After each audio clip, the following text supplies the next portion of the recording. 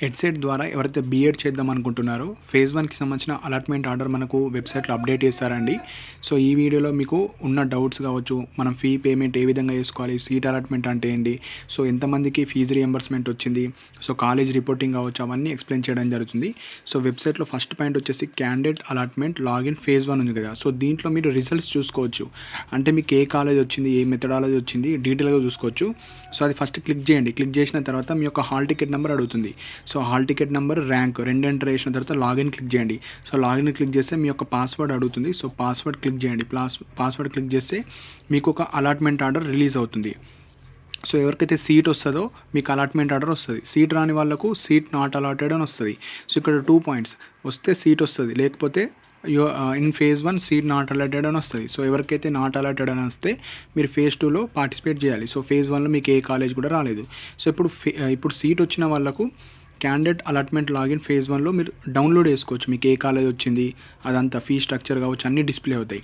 So second point వచ్చేసి college wise list. ఈ college wise list అంటే మొత్తం తెలంగాణ వైడ్గా మనకు బీఎడ్ కాలేజెస్లో ప్రతి కాలేజీలో ఎంతమంది లైక్ ఎవరెవరికి ఏ ర్యాంకర్స్కి ఇచ్చారు, కేటగిరీ వైజ్గా ఏ కాలేజీలో ఎంతమంది జాయిన్ అయ్యారు అన్నీ చూసుకోవచ్చు. మీకు సపోజ్ మీకు సీట్ రాలేదు, సో మీకు ఎందుకు రాలేదు ఇందులో చూసుకోవచ్చు. సపోజ్ మీరు ఎన్ని కాలేజెస్ పెట్టారో ఆ కాలేజ్ ఇందులో క్లిక్ చేస్తే అందులో మీ కేటగిరీ స్టూడెంట్స్లో మీకన్నా బెటర్ ర్యాంకర్స్ ఉంటారు.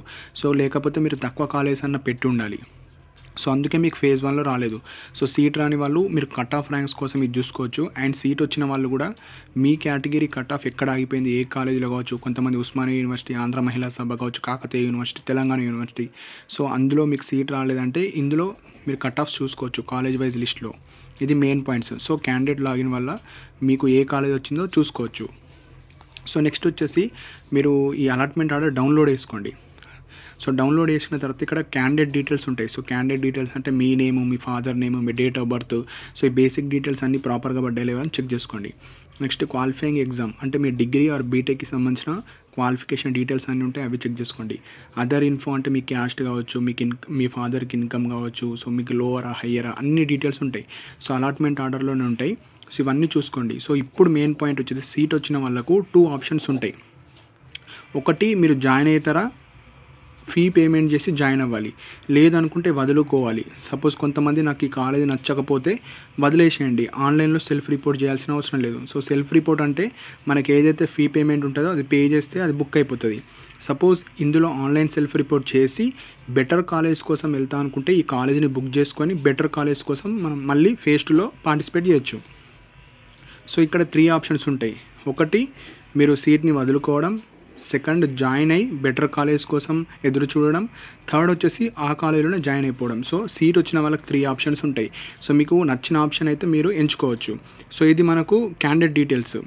నెక్స్ట్ వచ్చేసి ప్రొవిజనల్ అలాట్మెంట్ డీటెయిల్స్ అంటే సో మీకు అసలు ఏ కాలేజ్ వచ్చింది, కాలేజ్ నేమ్. సో నెక్స్ట్ వచ్చేసి కోర్స్ ఉంటుంది. కోర్స్ అంటే మీ మెథడాలజీ. సో మీకు మ్యాథ్స్ మెథడ్ వచ్చిందా, ఫిజికల్ సైన్స్ వచ్చిందా, బయాలజికల్ సైన్సా. సో ఇక్కడ వచ్చేసి ఒకటే మెథడ్ వస్తుంది. సో మీరు 2 మెథడ్స్ పెట్టిన వాళ్ళు కావచ్చు, 2-3 మెథడ్కి ఎలిజిబుల్ అయిన వాళ్ళు జస్ట్ ఒక మెథడ్కే వస్తుంది. ఎగ్జాంపుల్ మ్యాథమెటిక్స్ కావచ్చు, ఫిజికల్ సైన్స్ కావచ్చు, బయో సైన్స్ కావచ్చు. సో ఏదో ఒక మెథడే వస్తుంది. సో కాలేజీలో జాయిన్ అయిన తర్వాత సెకండ్ మెథడ్ మీరు తీసుకోవచ్చు.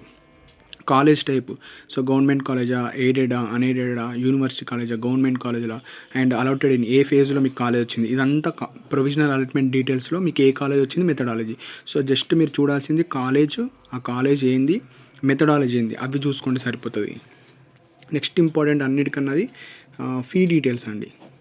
సో ఫీ డీటెయిల్స్లో మీకు అసలు ఈ సీట్ని బుక్ చేసుకోవాలంటే మీరు ఫీ పేమెంట్ చేయాలి. సో ఫీ పేమెంట్ వచ్చేసి మీకు ఎంత ఉందో ఇక్కడ డిస్ప్లే చూస్తున్నాను ఎగ్జాంపుల్గా. సో ఈ క్యాండిడేట్కి వచ్చేసి పర్ యానం ఫీ 36,000. అండ్ ఇక్కడ ఇతను బీసీ క్యాండిడేట్ కాబట్టి ఫీజు రియంబర్స్మెంట్ వస్తుంది. ఇన్కమ్ పెట్టిన వాళ్ళకు, ఇన్కమ్ పెట్టని వాళ్ళకు 36,000 పే చేయాలి. ఎస్సీ ఎస్టీ వాళ్ళకు ఫుల్ ఫీజు రియంబర్స్మెంట్ ఉంటుంది. గ్రీన్ ఫండ్ అని ఉంటుంది. సో ఇదైతే అందరు పే చేయాలి మీరు.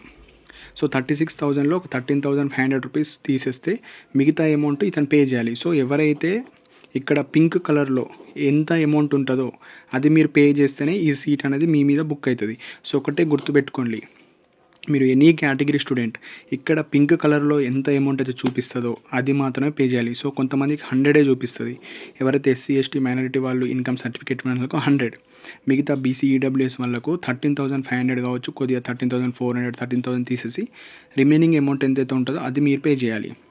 సో ఒకటే గుర్తుపెట్టుకోండి, పింక్ కలర్లో ఎంత అమౌంట్ ఉంటుందో ఇండివిజువల్గా మీకు ఎంత అమౌంట్ ఉంటుందో ఈ పింక్లో అది మీరు పే చేస్తేనే బుక్ అవుతుంది సీటు. సో నెక్స్ట్ పాయింట్ వచ్చేసి పేమెంట్.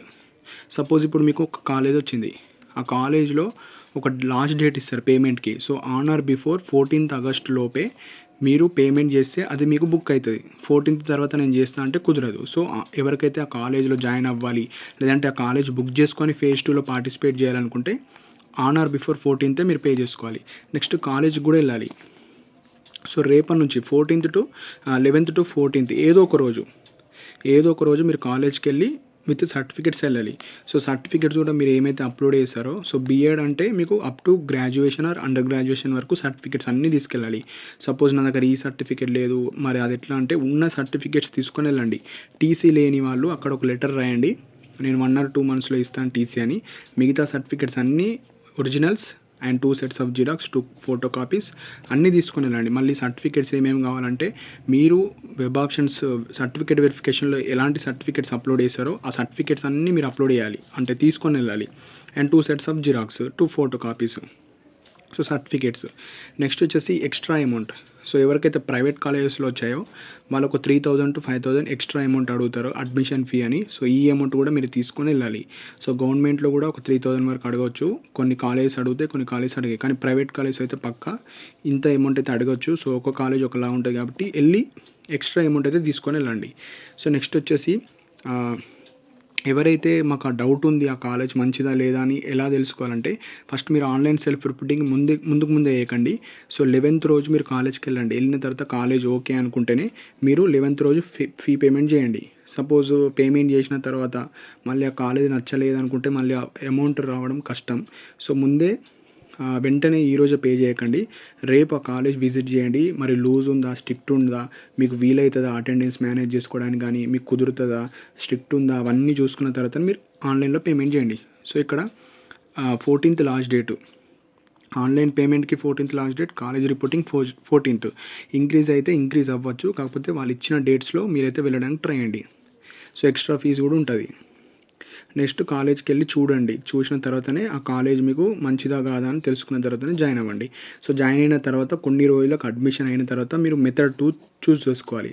సో మళ్ళీ కింద కమెంట్ సెక్షన్లో మెన్షన్ చేయండి, మేము మ్యాథ్స్ పెట్టినాం, ఫిజికల్ సైన్స్ పెట్టినాం, మ్యాథ్సే వచ్చింది, ఫిజికల్ సైన్స్ రాలేదని అంటారు. కాలేజీలో వెళ్ళిన తర్వాత మీకు సెకండ్ మెథడ్ ఏదైతే కావాలో అది పెట్టుకోవాలి, అదన్నా పెట్టుకోవాలి, లేదంటే లాంగ్వేజ్ అన్నా పెట్టుకోవచ్చు. సో నెక్స్ట్ వచ్చేసి సీట్ రాని వాళ్ళు. సో సీట్ రాని phase 2 ఎప్పుడు ఉండొచ్చు అంటే mostly 20 to 25 August. So phase 1 college reporting అయినాక ఒక 7 to 10 daysకి మళ్ళీ కొత్త షెడ్యూల్ వస్తుంది. అండ్ ఎవరైతే phase 1లో రిజెక్ట్ అయిన వాళ్ళు కావచ్చు, పార్టిసిపేట్ చేయని వాళ్ళు కావచ్చు, ఏమైనా సర్టిఫికేట్ ఇష్యూస్ వల్ల, వాళ్ళందరూ phase 2లో పార్టిసిపేట్ చేయొచ్చు. ఇప్పుడు phase 1లో జాయిన్ అయిన వాళ్ళు మళ్ళీ phase 2లో పార్టిసిపేట్ చేయొచ్చు బెటర్ కాలేజ్ కోసం. phase 1లో సీట్ వచ్చి వదిలేసుకున్న phase 2లో పార్టిసిపేట్ చేయొచ్చు. సో మీ ఇష్టం, అది సీట్ వచ్చిన వాళ్ళు జాయిన్ అవుతారా అవ్వరా అది మీ ఇష్టము. సో జాయిన్ అయ్యి బెటర్ కాలేజ్ కోసం ఎదురు చూడొచ్చు, లేదంటే వదిలేసి సెకండ్ ఫేజ్లో జాయిన్ అంటే వెబ్ ఆప్షన్స్ ఇవ్వచ్చు. సో ఈ విధంగా ఉంటుంది. సో మెయిన్ పాయింట్ ఒకటే, పింక్ కలర్లో ఎంత అమౌంట్ వస్తుందో ఆ అమౌంట్ పే చేయాలి. అది కూడా 14th పే చేయాలి. 14th లోపు కాలేజ్కి కూడా వెళ్ళి మీరైతే జాయిన్ అవ్వాలి. సో ఇది మనకు బీఎడ్కి సంబంధించిన సీట్ అలాట్మెంట్కి సంబంధించిన అన్ని పాయింట్స్ ఎక్స్ప్లెయిన్ చేశాను. సో ఇందులో ఎక్స్ప్లెయిన్ చేయని ఏమైనా డౌట్స్ ఉంటే మీరు కింద కమెంట్ సెక్షన్లో మెన్షన్ చేయండి. అండ్ ఇలాంటి అప్డేట్స్ కోసం మన ఛానల్ని సబ్స్క్రైబ్ చేసుకోండి. అండ్ మీకు ఏ కాలేజ్ వచ్చింది, ఏ యూనివర్సిటీ వచ్చిన వాళ్ళు కావచ్చు, మీకు ఏ కాలేజ్ వచ్చినా కింద కమెంట్ సెక్షన్లో మెన్షన్ చేయండి. అండ్ ఇలాంటి అప్డేట్స్ కోసం మన ఛానల్ని సబ్స్క్రైబ్ చేసుకోండి. And thank you for watching my video.